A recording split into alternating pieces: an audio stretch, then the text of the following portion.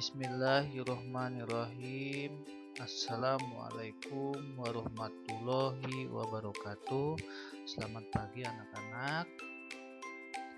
Berjumpa kembali dengan Bapak dalam pelajaran PJOK atau Pendidikan Jasmani Olahraga dan Kesehatan.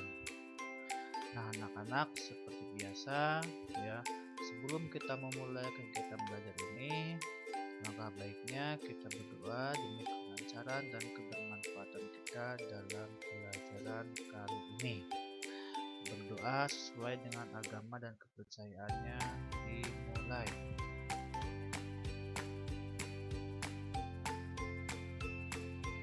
Berdoa selesai.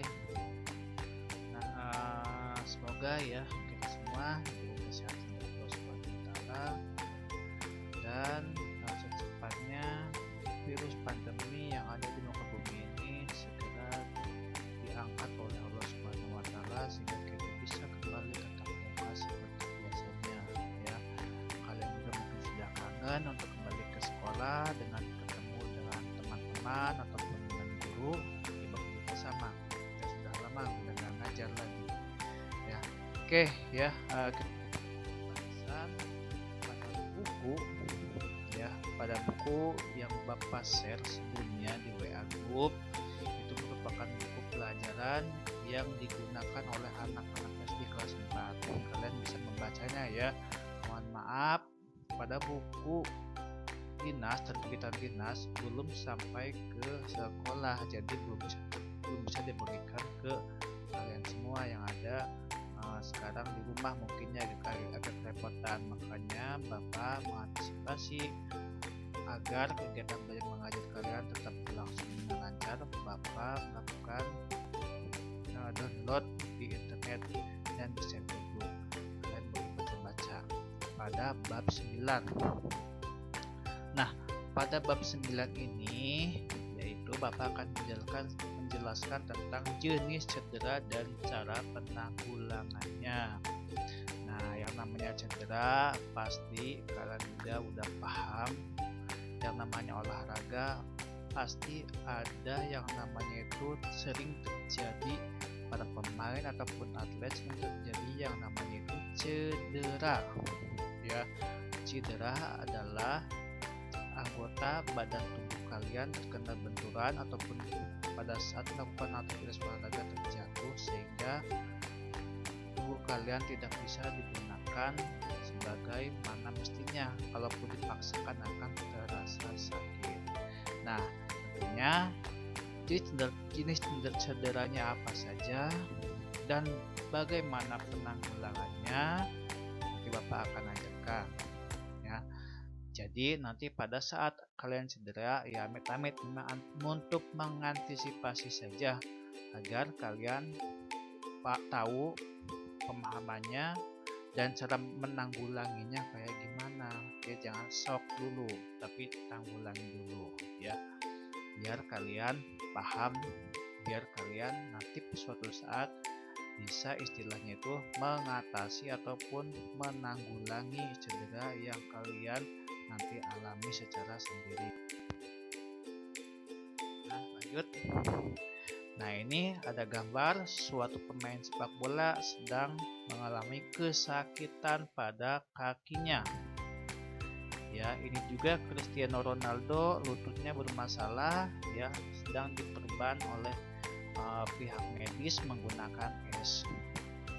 Ini juga ya, kaki engkel terasa sakit pada pemain Arsenal. Kemudian ini juga yang sedang melakukan jogging seperti biasa, bukan pemain sepak bola tetapi ada juga yang namanya cedera. Ya, pada gambar sebelumnya yang tadi kalian lihat pemain sepak bola ya, ada Cristiano Ronaldo dan pemain-pemain yang lainnya, nampak ada pemain sepak bola yang mengalami kesakitan dan permainan sepak bola terpaksa dihentikan untuk sementara ya. Jadi kalau ada pemain sepak bola ataupun pemain yang lainnya olahraga ada yang terkena cedera, biasanya permainan diberhentikan untuk sementara. Ya, tujuannya untuk apa? Tujuannya untuk membantu para pemain ataupun para atlet yang terkena cedera agar bisa ditanggulangi secepatnya biar tidak terlalu parah nantinya. Nah, kakinya terkilir akibat terjatuh atau karena efek benturan dengan pemain lain. Jadi tadi gambar yang tampilkan itu adalah seperti kebanyakan kaki ya, ada yang terkilir, ada yang terjatuh ataupun karena efek benturan dengan pemain lainnya ya. Terus lanjut. Nah, agar cedera tidak makin parah, pemain tersebut dibawa ke pinggir lapangan ya untuk diapakan? Untuk diobati ya secara medis atau istilahnya itu ditanganin ya oleh pihak medis agar tidak terlalu sakit ataupun tidak nantinya tidak semakin parah ya lukanya atau cederanya. Pengobatan untuk cedera ini dapat dilakukan dengan pengompresan terlebih dahulu. Nah, jadi nanti kalau kalian sedang melakukan aktivitas olahraga kemudian cedera ya. Nah, langkah pertama yang kalian harus lakukan adalah ketika kalian merasa sakit kakinya harus segera dikompres. Dikompres dengan apa? Bukan dikompres dengan air hangat, tapi dikompres dengan air dingin. Nah, tujuan untuk apa? Tujuannya adalah untuk membekukan, istilahnya itu untuk menghambat aliran darah ya, sehingga aliran darah tidak terlalu cepat menyebar ke pembuluh darah yang kalian alami sakit itu cedera ya, sehingga akan mengurangi rasa sakit ya.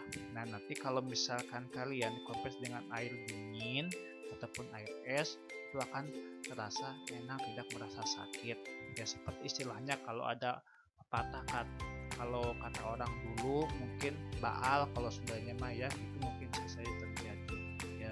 Tapi itu untuk sementara saja untuk menghilangkan rasa sakit.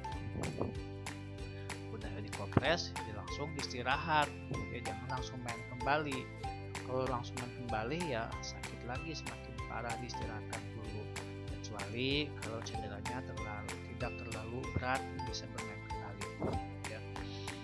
Nah, hindari mengurut cedera kaki yang terkilir, boleh jadi cederanya bertambah parah. Nah, biasanya orang yang jatuh terkilir itu biasanya diurut ya.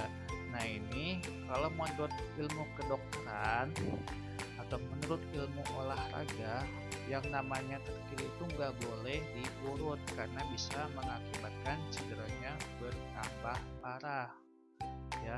Seharusnya ditangani oleh pengompresan terlebih dahulu ya, istirahat ataupun kaki dinaikkan ataupun diperban, itu bisa mempercepat penyembuhan daripada dengan cara diurut. Nah, bagaimana cara menangani cedera?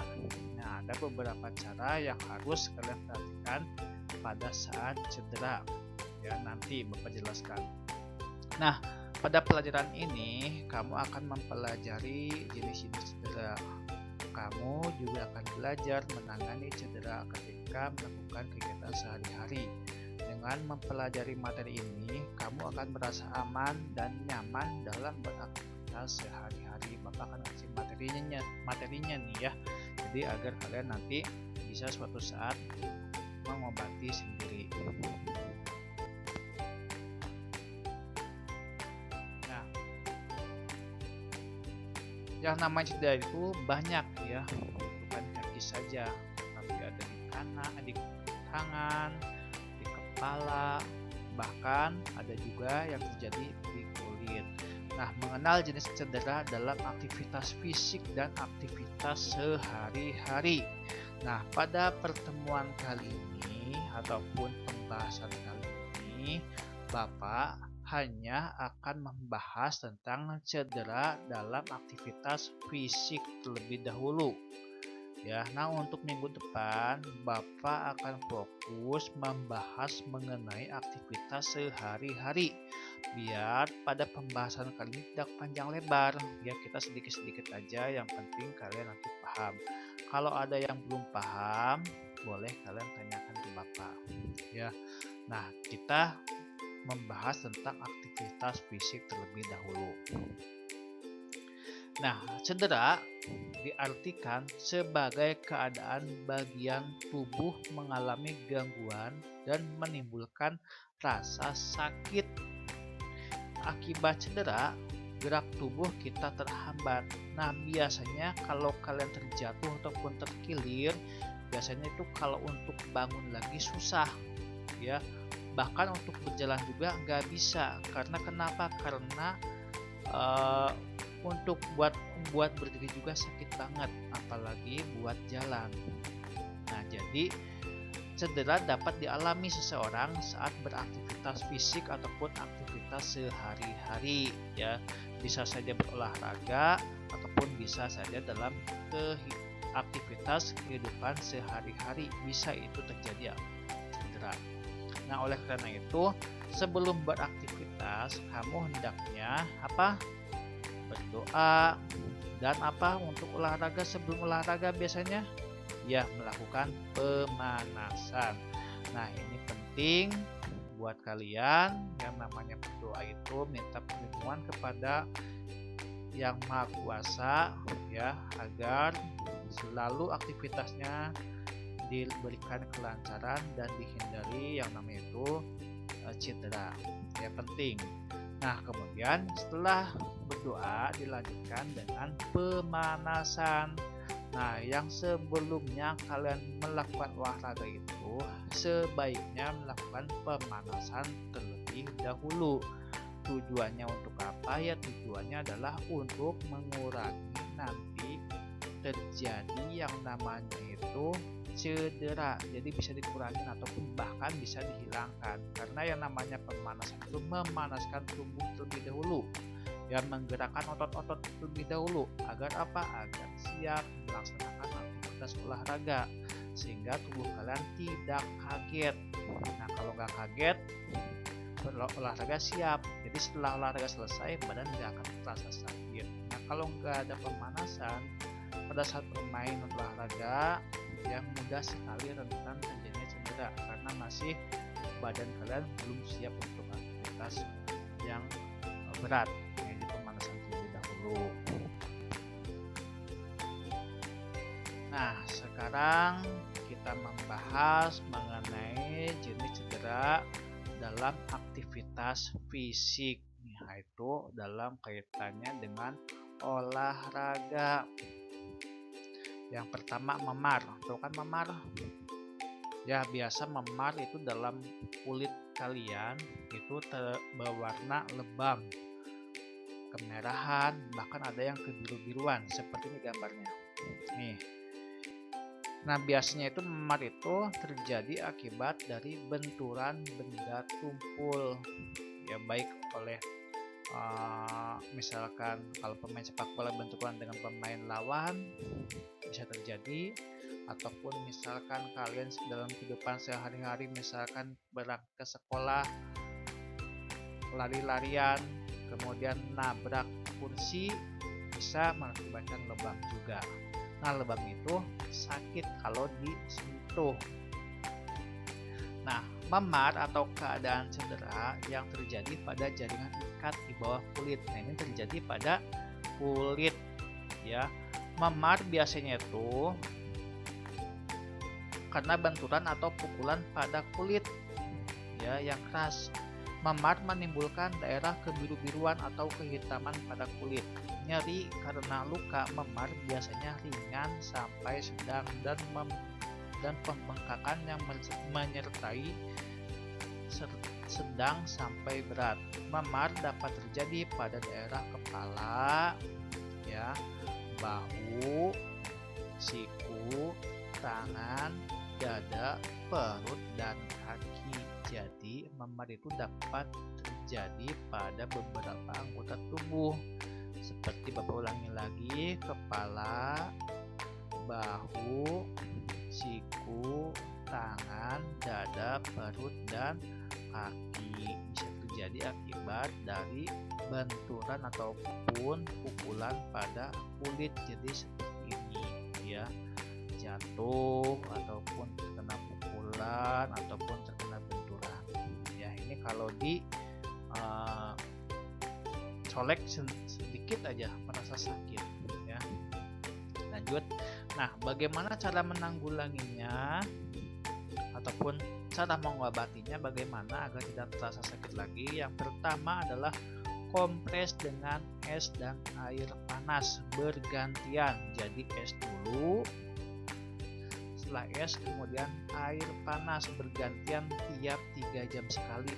Misalkan 3 jam pertama selama misalkan 15 menit ya, kompres dengan air dingin ataupun air es. Nah, nunggu sampai 3 jam. Kalau udah 3 jam baru dengan air hangat.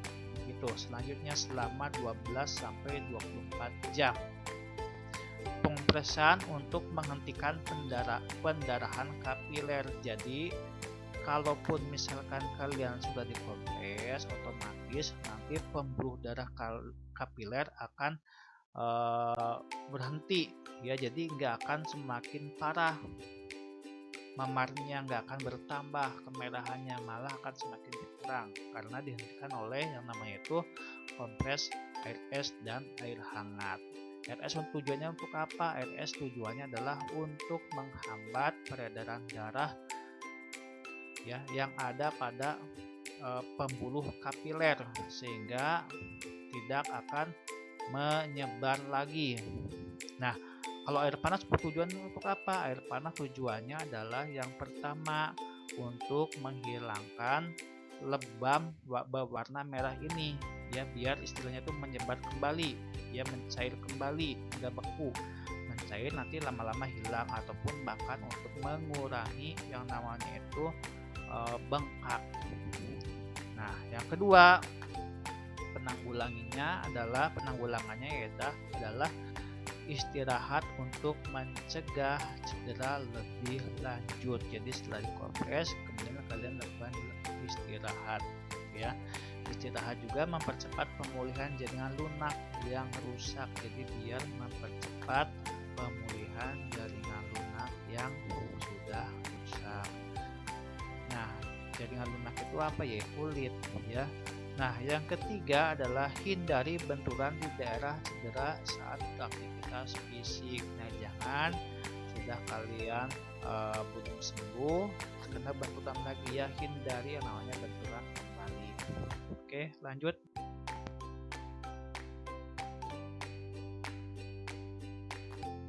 Nah, sekarang cedera otot. Nih, yang pada gambar.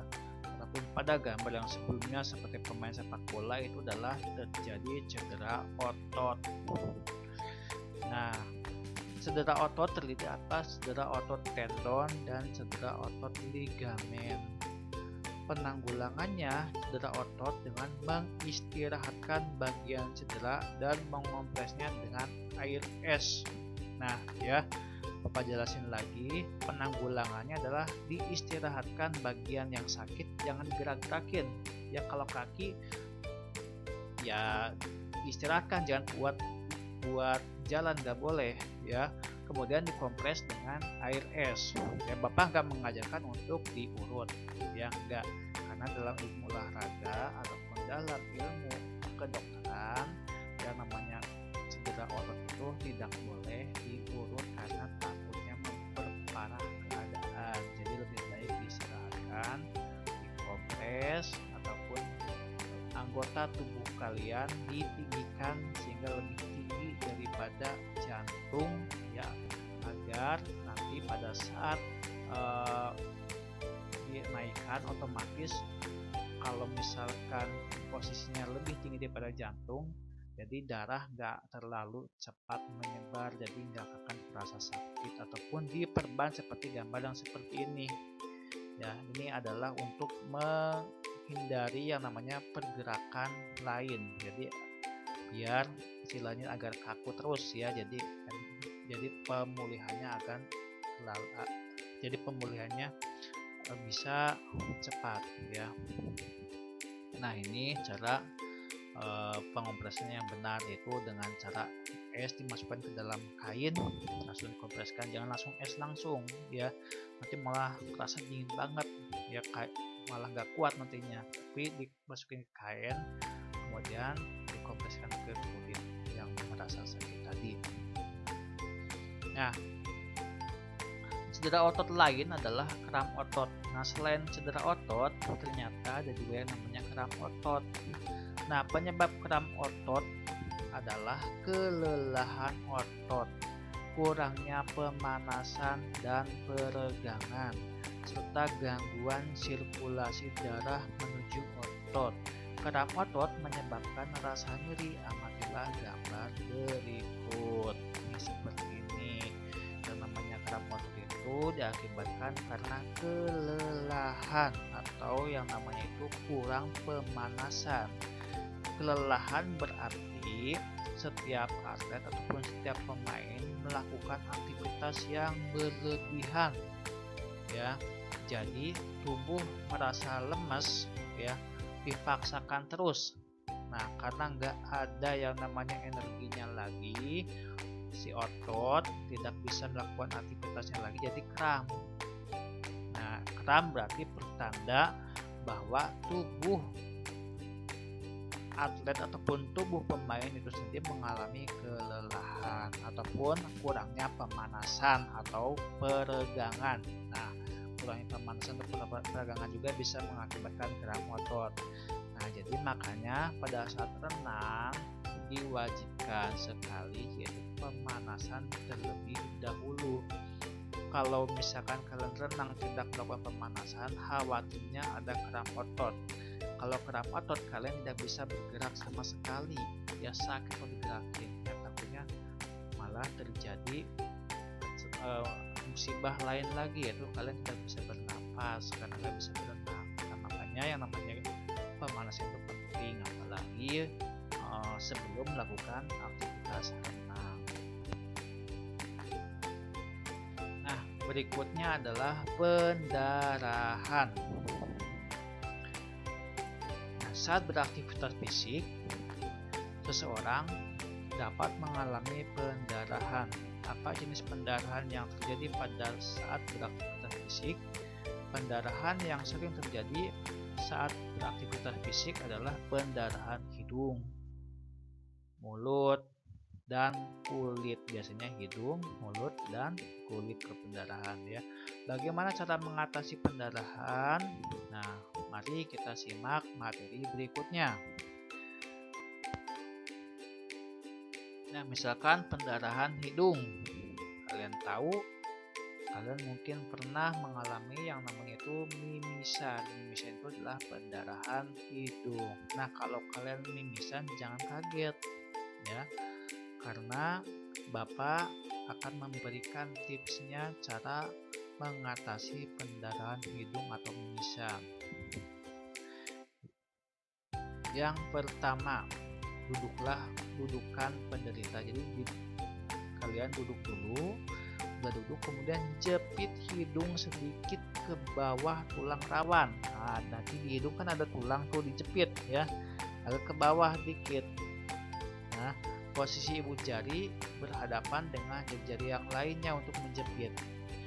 Lakukan selama 5 menit minimal ya, maksimal boleh 15 menit. Dijepit terus 5 menit sampai 15 menit. Anjurkan korban bernapas melalui mulut. Jadi pada saat mimisan kemudian dijepit oleh jari-jari kalian bernapasnya jangan menggunakan hidung, tapi bernapaslah menggunakan mulut. Nah, terus yang kedua adalah berikan kompres dingin di sekitar batang hidung, mata hingga pipi. Ini seperti ini, es yang dilapisi oleh kain lap ya, ataupun kain, jenis kain boleh, kalian kemudian dikompreskan ke hidung. Untuk apa? Untuk menyumbat aliran pembuluh darah agar tidak mengeluarkan darah kembali ya, kompres dengan es. Kemudian jika pendarahan tidak berhasil, dihentikan ya selama 16 menit atau 50 menit, dipijit nggak berhenti, kemudian pakai es juga tetap nggak berhenti, kalian segera minta pertolongan kepada orang dewasa di sekitarmu. Kalau di sekolah, minta pertolongan kepada guru-guru. Ya, kalau di rumah, orang tua. Nah, misalkan masih tetap berjalan, darahnya keluar terus, langsung kita diajak ke dokter untuk menanggulangi pendarahan pada hidung agar cepat berhenti. Nah, lanjut sekarang pendarahan mulut dari hidung, sekarang mulut. Ya, mungkin kalian pernah yang namanya pendarahan mulut akibat benturan sampai giginya ompong, ada juga jatuh waktu kecil ya sampai giginya ompong juga ada. Nah, bagaimana cara menanggulangi pendarahan mulut? Dalam menanggulangi pendarahan mulut, kita harus memperhatikan jalan napas dan pernapasan. Tindakan menanggulangi pendarahan mulut sebagai berikut. Nah, yang pertama, pendarahan dari bibir atau gusi dihentikan dengan penekanan langsung dan kompres dingin. Tetap yang namanya pendarahan ataupun cedera, ya, kalian ujung-ujungnya harus mencari es untuk menghentikan sementara atau untuk mengurangi rasa sakit, ya. Kemudian jika terdapat gigi goyang atau patah, fraktur itu patah ya, gigi tidak dicabut, jangan dicabut ya. Korban dibawa ke klinik atau rumah sakit untuk ditangani dokter gigi. Ya, jadi kalau misalkan giginya goyang ataupun patah, jangan dicabut. Kemudian korban ataupun teman kalian ataupun siapa yang mengalami seperti itu langsung dibawa ke klinik atau rumah sakit untuk ditangani oleh dokter gigi ya. Jangan sampai udah dewasa nih, udah nggak ada gigi susu lagi, kemudian jatuh, giginya goyang, langsung dicabut. Oke, kalau dicabut ya nggak akan tumbuh lagi gigi ya, kecuali kalau dibawa ke dokter gigi nanti bisa diperkuat kembali oleh dokter, dikasih obat ataupun apa ya, bisa kuat lagi giginya, kuat lagi. Lanjut, kehilangan kesadaran atau pingsan. Ini juga merupakan suatu bagian dari cedera olahraga karena banyak sekali yang namanya olahraga. Setelah olahraga ada yang pingsan ya. Misalkan waktu dulu ada teman-teman kalian juga, kalian mudah-mudahan jangan mengalaminya ya, waktu olahraga atau waktu upacara ada yang pingsan. Nah, tentunya mengapa seseorang dapat pingsan? Nah, pingsan adalah keadaan kehilangan kesadaran bersifat sementara dan singkat. Pingsan disebabkan berkurangnya aliran darah ke otak, ya. Kemudian oksigen juga kurang, otak juga kurang, ya, dan glukosa. Kemudian korban pingsan biasanya karena kelelahan atau terpapar sinar matahari seperti pada kegiatan upacara yang memakan waktu yang lama ya, sehingga kalian kelelahan karena sinar matahari dalam waktu yang lama, dan juga yang terakhir adalah lapar. Nah, makanya sebelum kegiatan olahraga ya harus dibiasakan dulu kalian sarapan. Sebelum upacara dimulai di rumah, sebelum berangkat kalian sarapan dulu. Biar apa? Biar sehat, bisa mengikuti olahraga atau bisa mengikuti kegiatan upacara dengan lancar tanpa mengalami kehilangan kesadaran atau pingsan. Lanjut. Nah, ini lanjutan yang tadi ya. Ini ada yang pingsan ya, ditanggulangi oleh kedua orang tuanya. Nah, tindakan yang dilakukan untuk menolong korban pingsan sebagai berikut. Jadi nanti kalau ada teman kalian yang pingsan, jangan ditinggalkan, jangan kabur, jangan takut ya. kalian bisa kok istilahnya itu membantu teman kalian agar teman kalian cepat sadar. Apa saja tindakannya? Yang pertama yaitu jika wajah orang yang pingsan pucat karena kelelahan atau lapar, baringkan di tempat datar. Ya. Letakkan kepala lebih rendah dari kaki agar darah mengalir ke kepala korban pingsan. Nah, yang tadi yang Bapak jelaskan, pingsan itu terjadi akibat kekurangan darah yang mengalir ke otak. Makanya pada saat pingsan, kepala itu ditidurkan lebih rendah daripada kaki agar darah mengalir kembali ke otak dengan lancar. Jadi bisa dengan cepat korban pulih atau sadar kembali. Terus yang kedua adalah jika wajah orang yang pingsan memerah. Nah, kalau tadi pucat, sekarang memerah ya. Kemudian sanggah atau diganjal kepalanya dengan bantal atau sesuatu, tujuannya agar darah mengalir secara normal. Kalau tadi pucat itu adalah kekurangan darah, jadi pucat ya kepalanya. Nah, kalau ini kepalanya berwarna merah, kemerahan, berarti tandanya adalah banyak darah yang mengalir ke kepala. Jadi harus gimana? Jadi harus disanggah atau diganjal oleh bantal agar tubuh kalian, agar kepala kalian lebih tinggi daripada anggota badan yang lainnya, sehingga bisa berjalan dengan normal darahnya.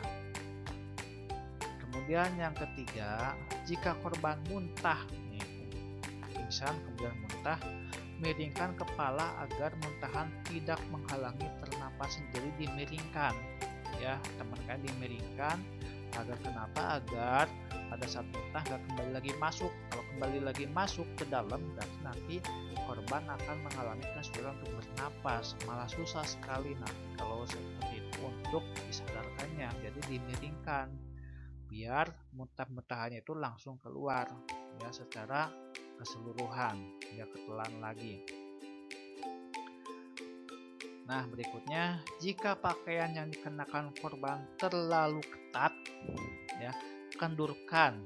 Ini dimaksudkan agar korban dapat bernapas dengan lega. Yang namanya pingsan itu kan tadi pendarahan, kurang oksigen. Nah, kalau misalkan bajunya ketat, waduh, ini harus dibuka dulu kancingnya, bagian atas atau bagian apa dulu, atau bagian perut. Ya, kalau perutnya terlalu besar, ya dilepasin dulu. Ya, biar apa? Biar istilahnya bisa korban bernapas dengan lega ataupun dengan leluasa. Kemudian jika korban sudah siuman, nah kalau sudah sadar kembali nih, jangan didiamkan saja, jangan langsung ditinggalkan. Ya, mentang-mentang teman kalian udah sadar, berarti tugas kalian udah selesai. Enggak, ya yang namanya teman kalian kalau langsung udah sadar itu masih lemes, masih membutuhkan bantuan teman-temannya, yaitu dengan cara apa? Beri minuman air gula. Nah, tujuannya untuk apa? Tujuannya adalah untuk mengembalikan kembali energi yang sudah hilang, ya, agar kuat kembali. Atau teh manis hangat, minuman air gula. Kalau bila perlu, kalau ada teh, pakai teh air hangat lebih baik, ya. Kemudian jika korban tidak sadar, kalau nggak sadar-sadar terus, ya segera dibawa ke pusat kesehatan yang terdekat. Ini dilakukan agar segera mendapat perawatan medis. Nah, ini ada 1, 2, 3, 4, 5, 6 cara penanggulangan yang korban tidak sadarkan diri atau pingsan. Nah, sekian dari Bapak ya. Kalaupun kalian pengen materi yang lebih lengkapnya, ada di buku pelajaran PJOK yang Bapak share di grup. Kalian boleh baca-baca bab 9 tentang cedera olahraga dalam aktivitas fisik. Nah, Untuk minggu depan masih berkaitan dengan cedera, tapi minggu depan Bapak akan membahas tentang cedera yang dilakukan pada aktivitas sehari-hari. Kalau tadi tentang aktivitas yang biasanya itu fisik itu tentang olahraga. Kalau minggu depan insya Allah Bapak akan membahas mengenai aktivitas sehari-hari. Oke, sekian dari Bapak. Sehat, jaga terus kesehatan, ya, taati protokol kesehatan tentunya, jaga 5M-nya. Berjumpa kembali minggu depan. Assalamualaikum warahmatullahi wabarakatuh. Salam olahraga.